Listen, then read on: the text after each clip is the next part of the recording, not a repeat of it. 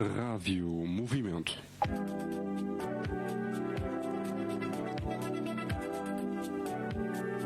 Ao ritmo da sua vida.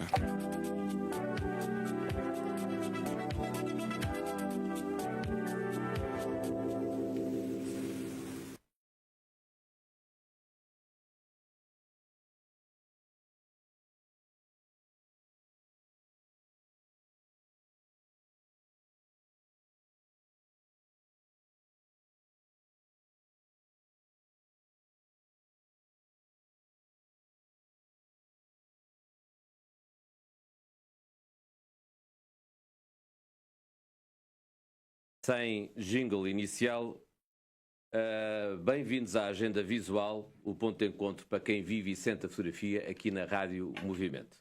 Hoje celebramos o Dia Mundial da Rádio, um meio que continua a unir, informar e inspirar.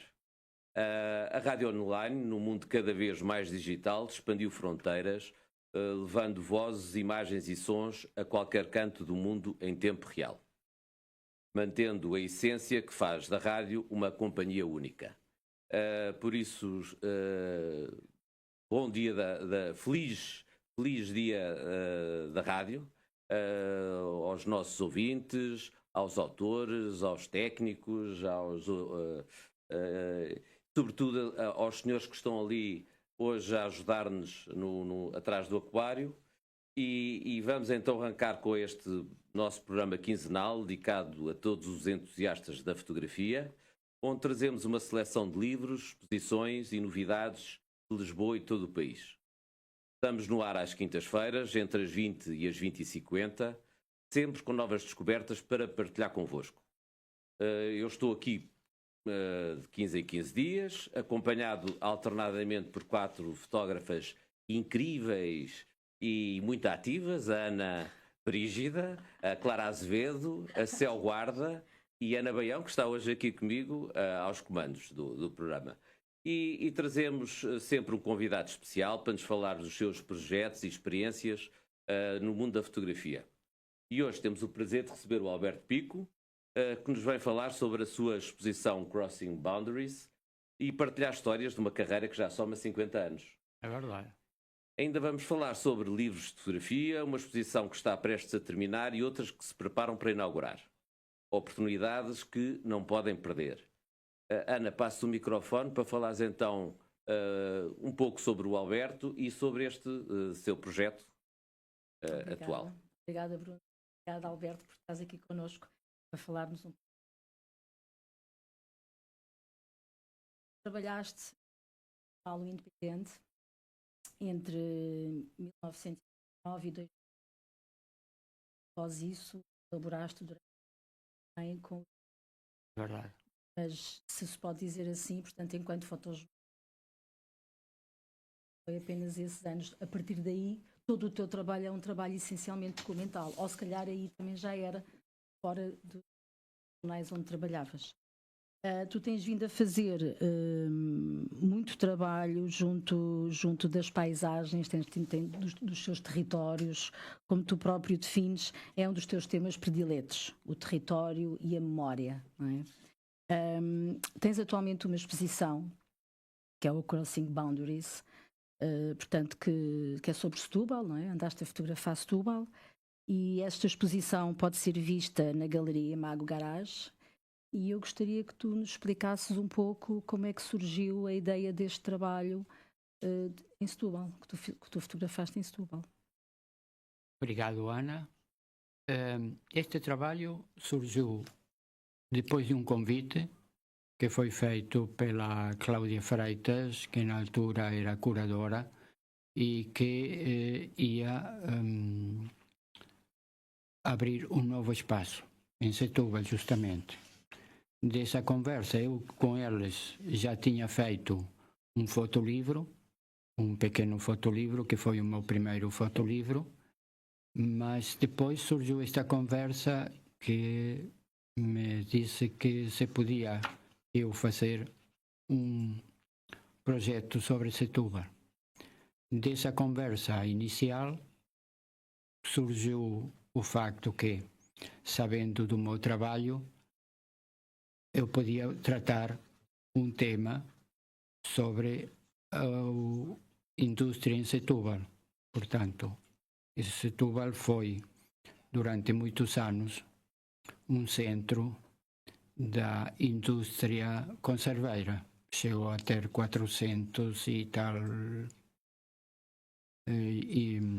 fábricas e fabriquetas. E com todo, digamos, o entorno da litografia, da latuaria, portanto, que ia justamente conservar essas conservas, salvo seja a redundância, não é? E depois dessa conversa inicial, claro que a primeira coisa foi ir a Setúbal e ver em loco como que eu poderia tratar esse assunto. E daí, tendo em conta o meu trabalho sobre a paisagem, eu decidi fazer sobre a arqueologia industrial de Setúbal e como Setúbal se converte numa cidade de indústria terciária já e não industrial. Portanto, a indústria em Setúbal fica muito relegada aos arredores.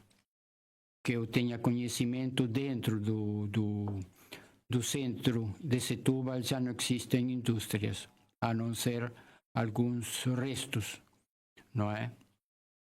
E então acontece que onde está concentrada a indústria pesada é na chamada Península da Mitrena, que fica a nascente de Setúbal, e depois a poente tem as cimenteiras, não é? A Cécil.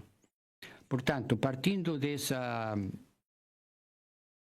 premissa, eu desloquei-me variadas vezes a Setúbal e fiz um trabalho de campo que durou 9 meses. Depois de 9 meses, entre tomadas de vista e depois a edição, foram aquela exposição que temos na Imago Garagem, não é? E que justamente aquilo que eu decidi fazer também é, digamos, contando comigo mesmo, não é? Ultrapassar limites, ou seja, no sentido de fazer outras fotografias não tão imediatas sobre aquilo que estava a ver. Portanto, pensei no assunto e desse pensamento é que surgiu Crossing Boundaries, ou seja, cruzar limites. Daí o facto de eu ter trípticos, quadrípticos, dípticos, fotografias sozinhas e depois montadas de diversas maneiras. Isso levou a essa exposição que vocês viram e que está exposta até dia 22 deste mês. E as pessoas estão convidadas, por isso, para ir lá visitar a exposição. Até 22, aos sábados, o Alberto Pico costuma estar lá para falar com os visitantes. No último dia, dia 22, há também, a CC11 organiza também um mercado de fotografia com livros novos e usados, com material analógico e vintage, e é uma festa da fotografia que se junta à despedida da exposição em Lisboa, não é? É verdade. Tu gostas muito de fotografar paisagens, não é? Portanto, toda esta arqueologia urbana é verdade. É um tema que te agrada. Justamente a paisagem, se vamos ver, nós pensamos paisagem e o que é que temos em mente quando pensamos paisagem? E eu estive a pesquisar na web, por exemplo, que há mais de 100 palavras que habitam a palavra paisagem, desde abandono, a primeira, até o andar a sonso, que quer dizer andar sem rumo determinado, não é? Sonso é uma palavra italiana, que são as minhas origens, são em Itália, portanto conheço bem o pensamento e a maneira de expressar do italiano. Portanto, de vez em quando eu até introduzo na minha labor no meu trabalho palavras que não são minhas e digamos que não são da língua que eu domino. Neste caso o inglês. Muitas vezes eu utilizo até o crossing boundaries, que sei o que significa, mas se fizermos uma conversa em inglês eu fico muito curto, não é? Mas no italiano, por exemplo, não acontece isso, e por isso que digo que a palavra sonso não é de sonso de ser tonto, mas andare a sonso quer dizer sem um fim definido. É aquilo que nós chamamos o flaneur. E daí, portanto, eu também trabalho muito com esse sentido de flaneur, não é? Do flaneur e da deriva. Portanto, esses são conceitos que eu tenho vindo a, digamos, a pesquisar, e dessas pesquisas nascem todo este trabalho complexo que se nota nos meus trabalhos, não é? Eu já agora apanho por causa do flaneur, e a propósito disso vou falar agora de uma exposição, já agora, e começo já as nossas sugestões com a exposição à propos du flaneur, que está na Galeria Municipal de Torres Vedras até 22 de fevereiro, por isso não temos mais 2 semanas para ir, nem isso, ela está fechada aos domingos, mas que vale a pena.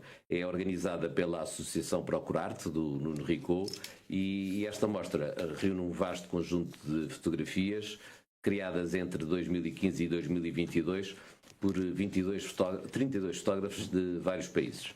E o desafio foi descobrir a cidade através das suas lentes, inspirados na figura do flaneur, como tu falavas, aquele observador atento aos detalhes, que capta a vida urbana com um olhar único. A exposição explora a transformação dos espaços urbanos e a sua dimensão social. Apresenta um retrato multifacetado da Europa contemporânea, isto porque há vários fotógrafos e está dividido em 2 núcleos, um focado na região oeste e centro de Portugal e o outro com uma perspectiva mais ampla, trazendo imagens de cidades europeias como Paris, Berlim ou Londres. Entre os autores destacam-se nomes portugueses, que nós conhecemos bem, como o António Júlio Duarte, o Augusto Brásio e o Fábio Cunha, e além de fotógrafos de Espanha, França, Alemanha, Reino Unido, Polónia e outros países. É uma oportunidade para ver como a fotografia nos ajuda a reinterpretar o mundo em constante mudança, e pode ser visitada até 22 de fevereiro em Torres Vedras. E depois desta minha interrupção, podes agora falar com o Alberto sobre um bocadinho, já falámos sobre a atualidade, sobre esta exposição, mas queremos falar também um bocadinho do percurso dele, do passado, visto que 50 anos, não é, Alberto? 50 anos. É verdade. Pois é, tu já disseste que és de origem italiana, nasceste em Buenos Aires, não é? Pois, é que assim, os meus pais emigraram para a Argentina. Emigraram para a Argentina a seguir a Segunda Guerra Mundial, já farto de guerras na Europa, portanto decidiram arriscar, cruzaram o charco, como se diz em porteño, em língua castelhana e língua argentina, não é? Cruzaram o charco e foram dar à Argentina, a Buenos Aires, mais propriamente. Onde tu nasceste? Onde eu nasci, e nasceu também a minha irmã, que agora está em Madrid. Pronto. Muito bem. E assim conhecem, digamos, a minha família direta. Os meus pais, infelizmente, já faleceram, mas faleceram cá em Portugal. Portanto... Tu vens cá parar em 1971. Em 1971, sim, porque o meu pai recebeu um convite irrecusável para vir para Portugal. Ele veio cá para trabalhar com o André Jordan no desenvolvimento da Quinta do Lago.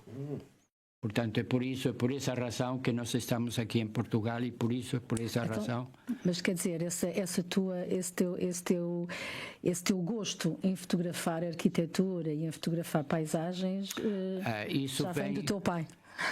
Isso vem um bocado pelo facto de que quando eu cheguei cá a Portugal, e aí começamos a história aqui em Portugal,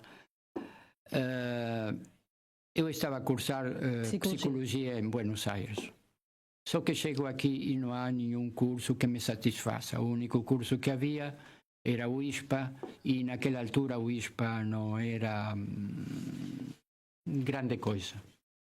E então, perante a impossibilidade de continuar o curso, eu vi-me na necessidade de ver o que eu faço agora.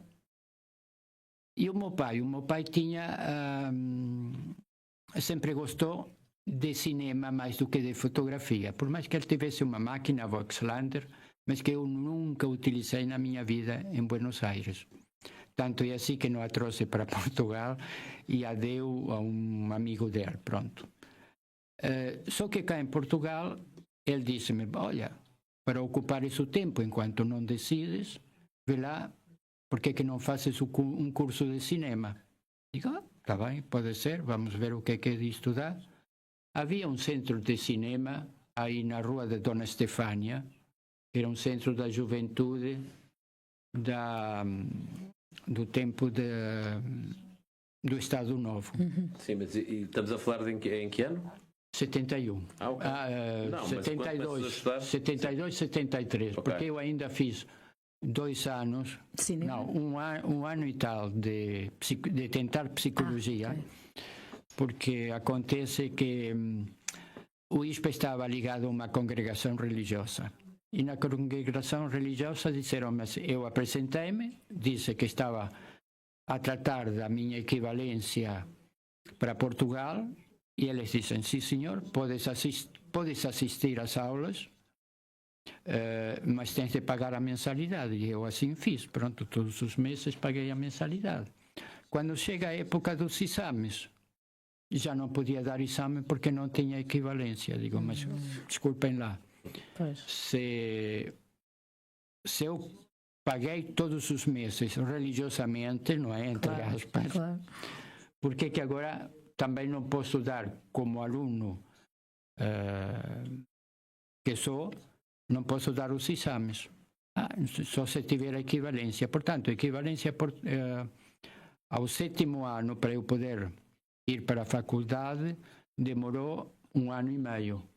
Portanto, eu acabei por perder o curso, não é? E então aí eu decidi ir para esse centro de cinema. Tive umas aulas de cinema com o López Ribeiro, que já estava velhote, e coitadinho, umas aulas com ele eram um bocadinho... muito lentas, não é? Muito lentas. E então, como aí havia também um centro de fotografia, como é que eu entro na fotografia? Pela imagem latente, pela imagem do laboratório a preto e branco, que se vai formando. Sim, sim. E para mim foi assim uma revelação. Uma revelação mesmo, em todos os sentidos. E aí comecei a minha vida na fotografia. O que é que eu comecei a fazer? Comecei a olhar ao meu entorno, não é? Ver as pessoas, ver a cidade, daí começa a cidade, não é? E de todo esse aglomerado de gente, de situações, não sei o que, nascem as minhas primeiras fotografias. Muito influenciado também pelos fotógrafos americanos e franceses, não é? O Walker Evans, o Cartier-Bresson. Sim. Portanto, e é sobre esses, digamos, mestres da fotografia que eu vou andando. Isto chegamos... A 73. A 73, não, já passamos, já estamos em mais ou menos 70, porque eu depois de 73, eu vou fazer um curso de fotografia inicial. E então entro no Arco, que estava a iniciar-se em 73. Foi um dos primeiros alunos, acho que fui o número 7 dos alunos do Arco, e fiz aí fotografia e depois decidi fazer design de comunicação, design gráfico na altura. Por quê? Porque a minha imagem sempre me atraiu. Já em Buenos Aires preferia andar de transporte público à superfície em vez de andar do metro, justamente para observar a cidade e ver as mudanças de um lado ao outro da cidade, não é? Portanto, nós morávamos numa parte que era a norte de Buenos Aires e eu tinha a escola, o liceu onde andava, na parte sul. Portanto, em Buenos Aires, as distâncias são um bocadinho maiores do que cá em Portugal. Mas em Lisboa. De qualquer maneira, em 73, portanto, faço design de comunicação, porque me interessa a imagem, mas sem abandonar a fotografia. Tanto é assim que sou convidado pelo Arco a ser monitor no laboratório de fotografia. Portanto, isto entre 75 e 77.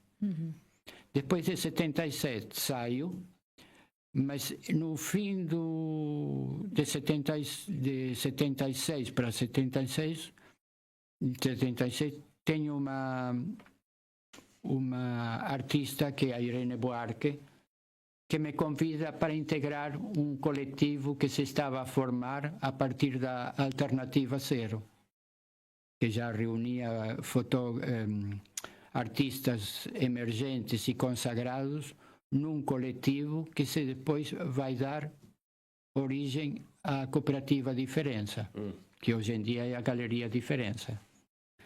Então daí passo justamente para um centro, um coletivo de artistas plásticos e de artistas também que começam a utilizar a fotografia, como por exemplo a Helena Almeida, o Alberto Carneiro, que no seu trabalho como artistas plásticos utilizam a fotografia, não são fotógrafos, sim, mas utilizam a fotografia. Hoje em dia é um bocadinho estranho estar a falar destas coisas, porque todo hoje em dia a diferença que se sentia na altura entre fotógrafo e artista plástico já não existe.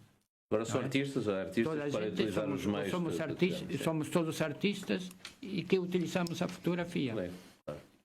Mas na altura havia assim um bocadinho de frição, não é? E tu, como é que é a tua passagem da Diferença pelo coletivo e depois para ir para começar a trabalhar nos jornais? Isto é assim, e aqui já estamos nos anos 80, mas em fim dos anos 70, em 78, eu participo numa coletiva de fotografia, que foi a primeira coletiva de fotógrafos que se faz numa galeria de arte. Porque até até 77, 78, os fotógrafos estavam, digamos, em associações e mostravam as suas fotografias em salões, que era o salonismo, não é? Isso a mim nunca me interessou, portanto eu passei justamente da escola, tive a sorte de passar de uma escola para uma galeria de arte, não é? Para um núcleo, sim, onde havia artistas que utilizavam a fotografia, mas que iam avançando. E justamente essa exposição, que está referenciada no trabalho do António Serna sobre a fotografia portuguesa, portanto eu já formo parte da história da fotografia em Portugal. Pronto, não é? Mas essa exposição foi referenciada pelo António Serna, mas também pelo Bernardo Pinto de Almeida, e vim a descobrir há poucos dias, através de um amigo meu, que até há outros investigadores que também se referem a esse período inicial que eu tive também. E então, em 78, de 78 faço essa exposição coletiva, depois, em princípio de 82, formo parte dos 4 olhares sobre Coimbra, que é o antecessor dos encontros de fotografia de Coimbra, não é? Muito ligado ainda à academia. Sim. Mas houve essa coisa boa que eram os 4 olhares sobre Coimbra. Convidavam 4 fotógrafos, pagaram as despesas durante um período, penso eu que era uma semana mais ou menos, para nós olharmos Coimbra. E foi assim que eu fiz esse trabalho. Em 84 faço a minha primeira individual, na Galeria Diferença, sobre os relógios, portanto, sobre os relógios como aparelhos que medem o tempo, lá está. Já está o tempo, a fotografia também, e trabalhamos sobre o tempo, não é? Congelamos o tempo. Mas então, nesse período inicial, digamos, ainda, surge a problemática da minha família. Eu tive de dar assistência à minha família, ao meu pai, e então faço uma interrupção na minha atividade fotográfica. E então o meu pai quis, digamos, ele sempre era um visionário, e então o que é que ele queria fazer? Nos anos 80, pôr uma pizzeria e por um restaurante italiano, mas com não fast food, mas de qualidade. Sim. Na altura era tudo importado, portanto os custos eram astronômicos. Mas eu tive de dar-lhe assistência e trabalhei durante um período nesse estabelecimento de pizzeria que era ao pé da Galeria Monumental, aí nos Campos Mártires da Pátria. E um dos meus clientes, vinha saber depois, era o Álvaro Rosendo. Álvaro Rosendo é esse que já trabalhava no Independente. Ok? E vendo-me atrás do balcão, ele já me conhecia de umas exposições que tínhamos feito na Escola Superior de Belas Artes, na ESBAL, sobre os elétricos, e conhecia-me desse trabalho que eu tinha feito. E perguntou-me: o que é que tu estás a fazer atrás do balcão, quando tu devias estar a fazer fotografias? Eu, está bem, mas olha, para já eu tenho de pagar as contas, não é? Primeiro, e depois tenho de ajudar o meu pai. Mas por quê? É que eu vou sair e não sei quantos do Independente. Mas você vai sair, olha, eu não me importo nada de entrar. Está bem, ok. E assim foi. Ele indicou o meu nome, saiu e indicou o meu nome, e eu acabei por entrar no Independente. Ficaste quanto tempo no Independente? 12 anos. 12 anos. Mas depois já não passaste por jornal nenhum? Não. Passei depois, fiz umas colaborações no DNA. Ok. Por que estou a falar nisto? É importante para o meu percurso. Sim. Porque eu só poderia trabalhar no Independente. Porque o Independente foi uma pedrada no charco. Eu acho que eu não me encontraria, e não me encontrava mesmo, noutro órgão de comunicação social. Porque aquilo que permitiu o Independente, não acredito que noutro sítio conseguisse o fazer. Ao mesmo tempo que eu tinha a minha atividade como fotógrafo, artista, autor, fotógrafo documental, mas com vontade de ultrapassar essa documentação, portanto pensar um bocadinho daquilo que estava a fazer e como.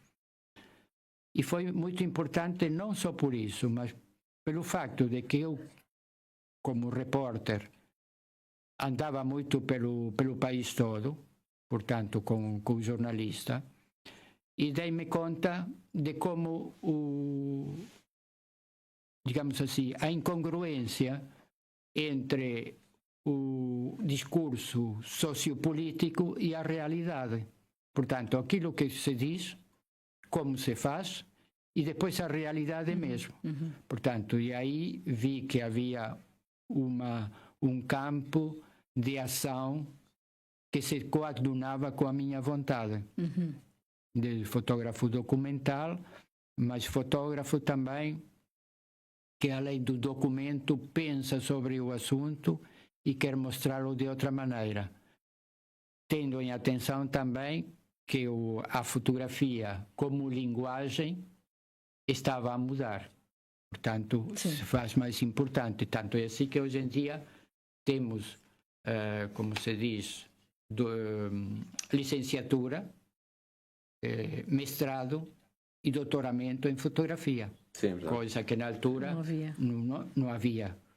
Olha, o tempo é terrível nestas coisas, e tu realmente com 50 anos carreira tens muita coisa para falar. Mas o que eu diria é que vamos deixar para uma segunda parte o lado mais autoral, ou seja, depois de passares pelo... Fechamos agora a parte do independente, a não ser que tu depois queiras fazer alguma ainda para mais, porque a Ana Baião trabalhou contigo, tu foste editora da Ele foi meu editor. Isso mesmo, somos colegas. Ainda podem lá voltar. Temos uns livros também para tu falares de outros projetos que tu foste lançando, mas eu ia fazer aqui uma pequena apresentação para dar aqui um bocadinho mais de ritmo e ia falar de um livro. É uma proposta que não vai desiludir, que é muito interessante, chama-se Vinil. É um livro que foi lançado no final de dezembro com fotografias do Luís Vasconcelos e trata-se de um registro único que nos leva numa viagem pela história da música portuguesa, do pós-25 de Abril até ao início dos anos 90. O Luís acompanhou de perto esse universo e fotografou capas de discos icónicas, com Amália Rodrigues, o Rui Veloso, usou HF, o António Variações, mas o livro não se fica por aí. Inclui também imagens inéditas que ele foi buscar de concertos, bastidores, do jazz ao rock de estádio, captando a espontaneidade e a proximidade que existiam naquela altura entre fotógrafos e músicos, porque era completamente diferente. E está aqui um detalhe curioso que ele falou agora na apresentação do livro na FNAC Chiado.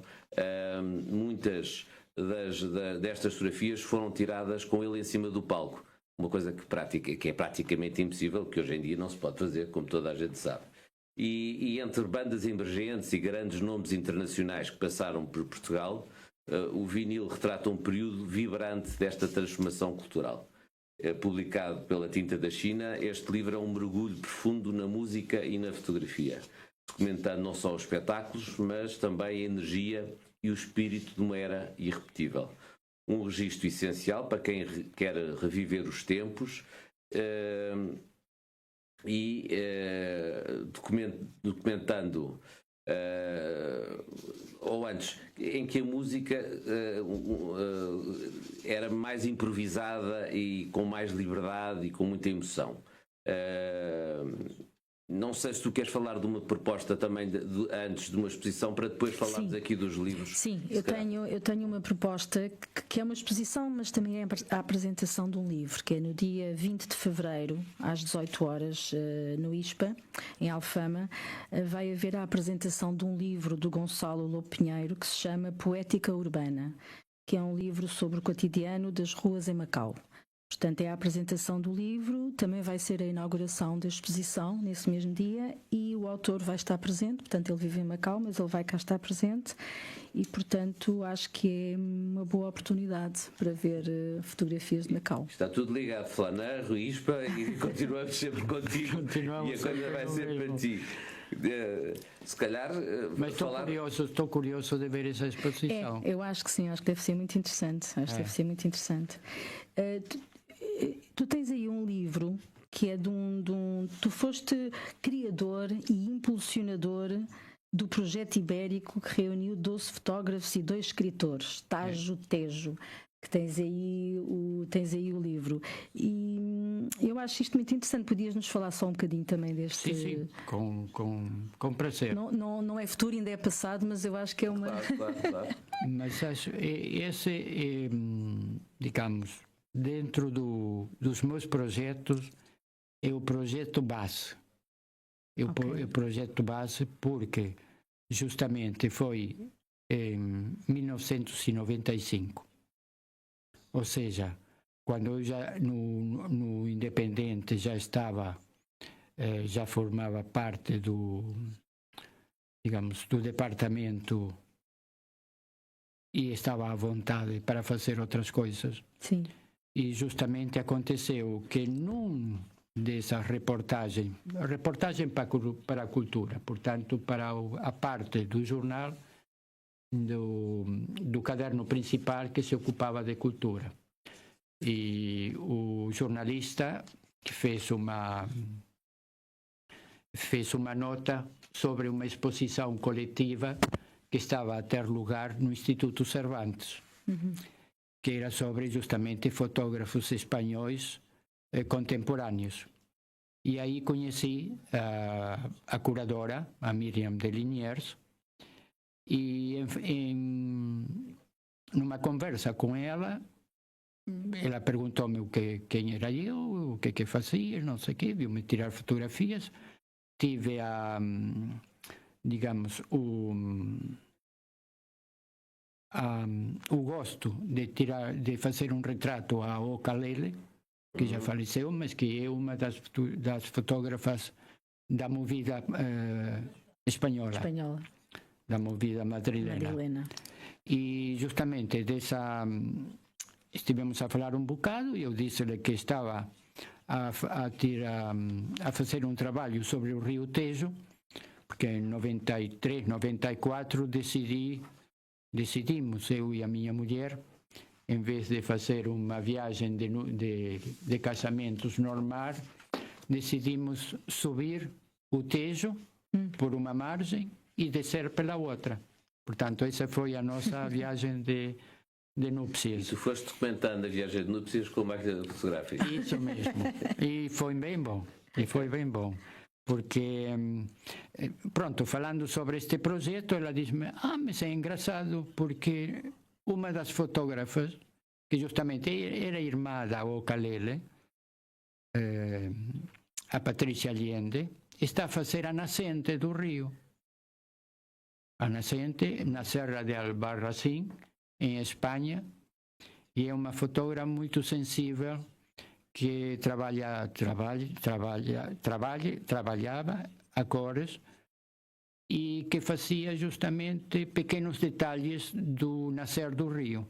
E então, assim, conversando, dissemos, podíamos juntar-nos.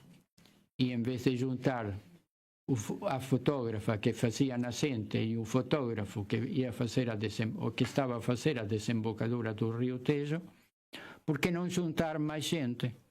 E então decidimos juntar 6 fotógrafos portugueses e 6 fotógrafos espanhóis.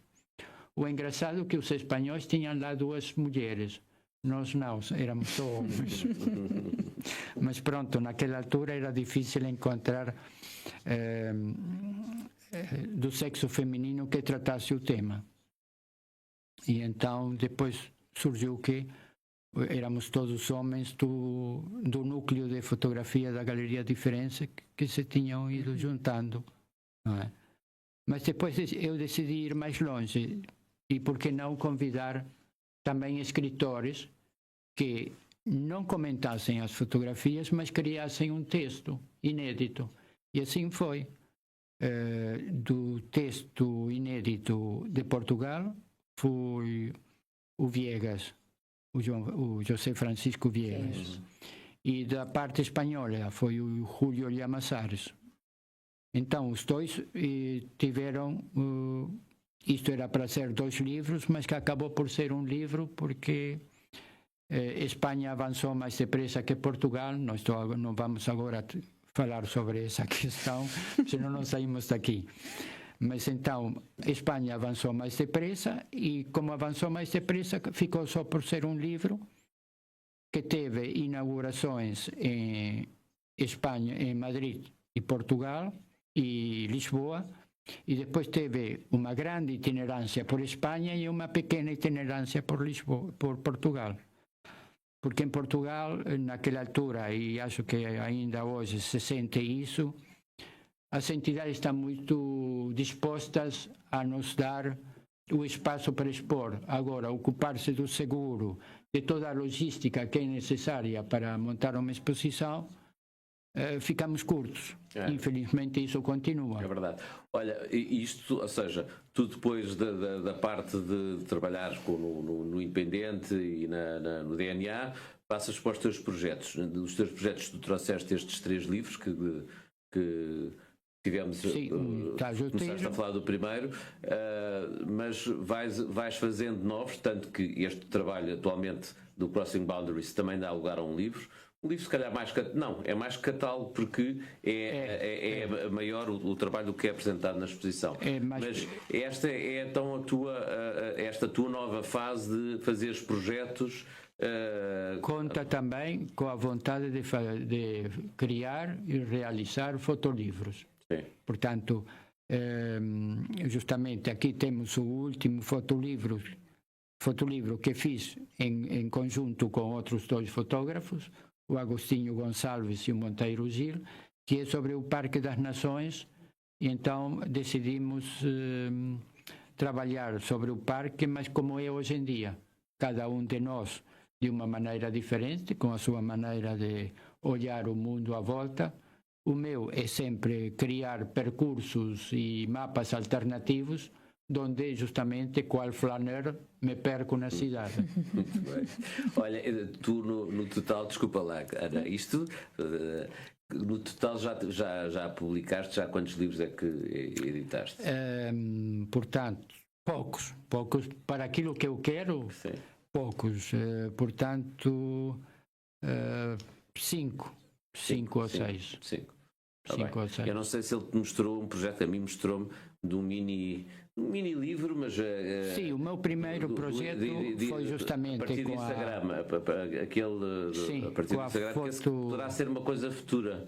Nós temos que fazer um outro programa para falar no futuro dele. Porque eu já não vou aqui apresentar a outra exposição, que também é uma exposição que... Não, temos, mas que era uma exposição que ainda vai inaugurar e que vai estar patente até 23 de março, que é no Fórum da Maia, o 3º colóquio de fotografia da Maia, que organiza o Zé Farinha e o Paulo Pimenta, mas teremos tempo para falar nisso, por isso temos que depois também tu podes falar dessa exposição, e tu também tens um livro.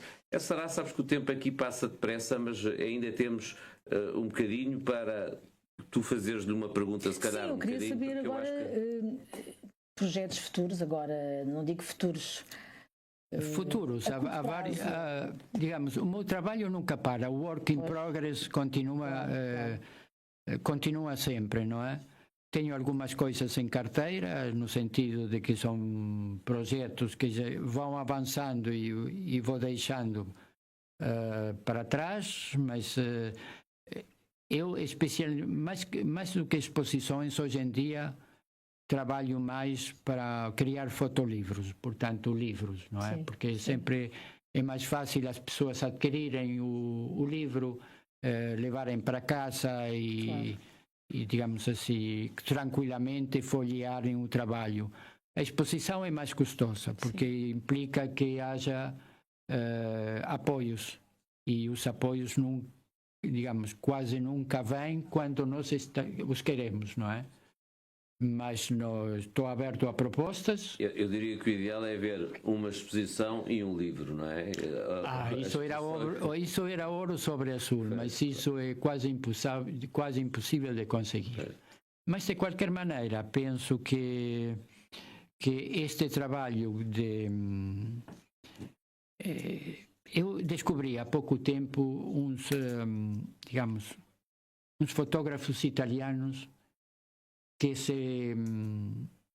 onde eu, sem o saber, sigo o mesmo caminho, que é o Luigi Ghirri e, por exemplo, Guido Guidi, Mimmo Giudice, e, portanto, eles todos criaram um núcleo de fotógrafos que fizeram que a fotografia de paisagem italiana, portanto, olhar a paisagem italiana, fosse mais contemporânea.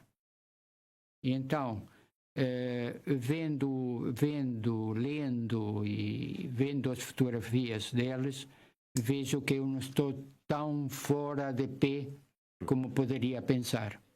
Porque isto implica que eu estude muito, que veja muito.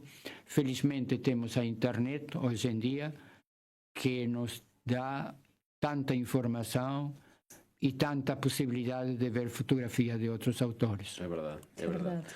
Queres nos fazer essa proposta de outra exposição? Sim. Também portanto, é uma exposição que vai inaugurar no dia 27 de fevereiro, na Galeria de Arte Moderna da Sociedade Nacional de Belas Artes. A exposição chama-se Diário das Nuvens, portanto é fotografia, vídeo e poesia. Os autores é o João Francisco Vilhena, na fotografia e no vídeo, e o João Paulo Cotrim na poesia. Isto foi um trabalho que foi desenvolvido durante o período do confinamento, em 2021. Os autores, portanto, dialogaram sobre o período de recolhimento que o país atravessou e como as nuvens eram testemunhas de tudo. As nuvens, que são a janela da atmosfera, testemunhas metafóricas do estado do mundo.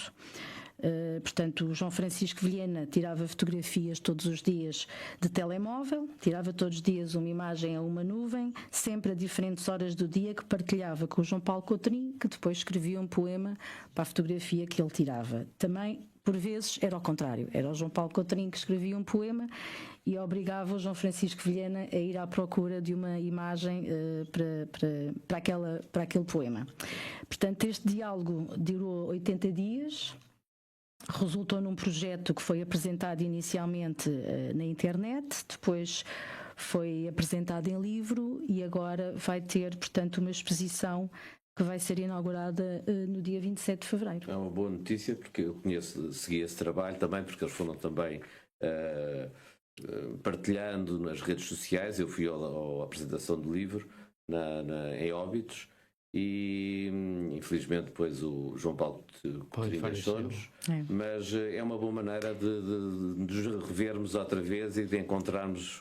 Aliás, deixa-me só acrescentar só mais uma coisa. Portanto, esta exposição vai ter, embora a inauguração seja no dia 27 de fevereiro, depois vai ter um momento especial no dia 13 de março, que é por ocasião, portanto, do aniversário, do dia do aniversário do João Paulo Cotrim, em que ele faria 60 anos. E, portanto, nesse dia vão fazer uma apresentação especial com uma sessão de leitura com diferentes convidados. Muito bem. Que vão ler Eu acho que já não tens tempo para falar do livro. Tu tinhas aqui um livro que nos querias trazer e querias falar, não era? Com o Rayuela, do Júlio Cortázar. O Rayuela. Rayuela é o jogo da macaca. Muito bem. Não é? O jogo da macaca, ele fez um livro sobre isso. Tenho em atenção isso. Mas é um livro interessante porque é um livro que há vários livros dentro do livro e ele próprio diz no princípio do livro que a maneira de ler o livro pode ser da maneira tradicional, do princípio até a última página ou até onde ele acha que é o fim, ou então pode-se começar do fim para o princípio, ou do meio, de um certo meio que ele põe também qual é a página onde começa outro tipo de livro. Portanto, são vários livros dentro do livro. E esse livro foi editado quando? Em que ano? E esse livro é dos anos 60, em Buenos Aires, 60, 70, se não me engano, e tem já uma edição em português dos anos 90. Então vamos procurar, também não conhecia. Não, é muito interessante, é muito interessante. Estamos aqui para partilhar informação entre nós e para dar. Bom, nós estamos a terminar. Não sei se queres deixar no fim as pessoas ouvirem um pouco de uma música que tu trouxeste. Nós costumamos perguntar ao convidado, quando foi a Ana Baião a falar e aqui a apresentar o seu livro, que também já editou vários livros sobre canto. Ela trouxe uma música de canto muito bonita. E tu também trazes uma música que tem a ver com algo contigo. Mas essa música não a tens tu, não podes passá-la tudo aqui? Tenho, sim senhor, tenho. São os Gotham Project, sim, que é uma banda de tango, sim, mas não tango no sentido tradicional, mas o chamado tango eletrônico. Eles criaram um tango eletrônico e uma das peças que parece tirada mesmo para mim chama-se Tríptico. Portanto, é uma música. Eles têm músicas e têm canto também, algumas canções são cantadas também, com música de fundo, mas esta especialmente é só música. E eu acho que é muito interessante porque dentro do tempo da música há vários instrumentos e o Gotham Project é justamente nomear o tango ao contrário, como se usa nomear algumas palavras em lunfardo, que é a gíria do baixo fundo, digamos assim, de Buenos Aires. Ok. É o chamado lunfardo, que era nomear as palavras ao contrário. Não só escrevê-las, mas dizê-las. E daí o Gotan. Ok. Estava a tentar meter aqui a música e...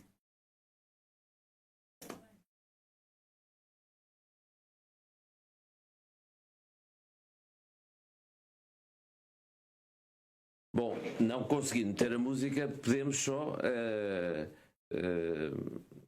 eu posso... Eu não sei cantar. Não sabe cantar? Eu também não. Eu, por acaso, conheço os mas a ver se eu consigo encontrá-la. Está bem, já nos ajudam. Nós, sendo o Dia Mundial da Rádio e estamos ainda no ar, vamos continuando aqui a falar. Tu acabaste por não falar desse outro projeto que trouxeste, mas se quiseres, em relação um bocadinho também, que não falámos um bocadinho do futuro. O que é que tu tens? Qual é o teu próximo projeto? E uma pergunta: tu tens saudades de trabalhar com jornais? Se houvesse um. Se houvesse um jornal feito para ti, era? Não. Mas tenho saudades dos tempos do fecho do jornal. Eu também tinha menos 25 anos. Pois. Não é? Portanto, nessa altura tenho saudades disso, mas não sei, devia ser um projeto muito especial. Mas, quer dizer, vamos lá ver, o Independente era um jornal muito especial, não é? Eu não apanhei o Independente no início. Nós fomos colegas. Mas eu tenho saudades do Independente, tenho muitas saudades porque era um jornal que na altura não tinha dinheiro para nada, mas nós na fotografia tínhamos que ser muito criativos, não é? Tinha dinheiro, só não vinha para a fotografia. Mas eram e era um bom ambiente, não era? E o ambiente é sempre aquilo que nos falta. E justamente na fotografia nós conseguimos criar, com todo o jornal, um respeito pela imagem fotográfica que na altura era muito difícil conseguir. Okay. Não é? Sim, e nós na fotografia éramos um bocadinho tudo, éramos fotógrafos, éramos produtores, éramos pintores, porque tínhamos que fazer um bocadinho também a produção das imagens, porque como não havia muito dinheiro para pagarmos a nada, éramos nós que tínhamos que fazer isso. Mas justamente... desculpa, começámos já aqui e agora vai, então vamos lá ver um bocadinho e acabamos com os Gotham Project. Estás a ver que tem várias nuances. Não é o típico tango, não é? Mas então, só dizer que estamos aqui, daqui a 15 dias voltamos e marcamos o nosso encontro e desejamos boas descobertas visuais a todos então. E vamos então acabar com a música.